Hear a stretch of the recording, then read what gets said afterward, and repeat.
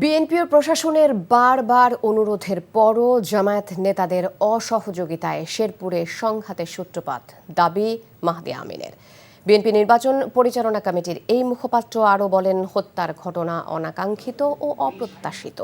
এই ঘটনার সুষ্ঠু তদন্তের আহ্বানও জানান মাহদি আমিন। অভিযোগ করেন, শেরপুরের ঘটনাকে কেন্দ্র করে ঢাকার বিএনপির শীর্ষ নেতৃত্বকে জড়িয়ে উদ্দেশ্যপ্রণোদিতভাবে বিশৃঙ্খলা তৈরির চেষ্টা হয়েছে। এ সময় তিনি সুষ্ঠু নির্বাচনে দেশের সকল রাজনৈতিক দলকে সহনশীল থাকার আহ্বান জানান।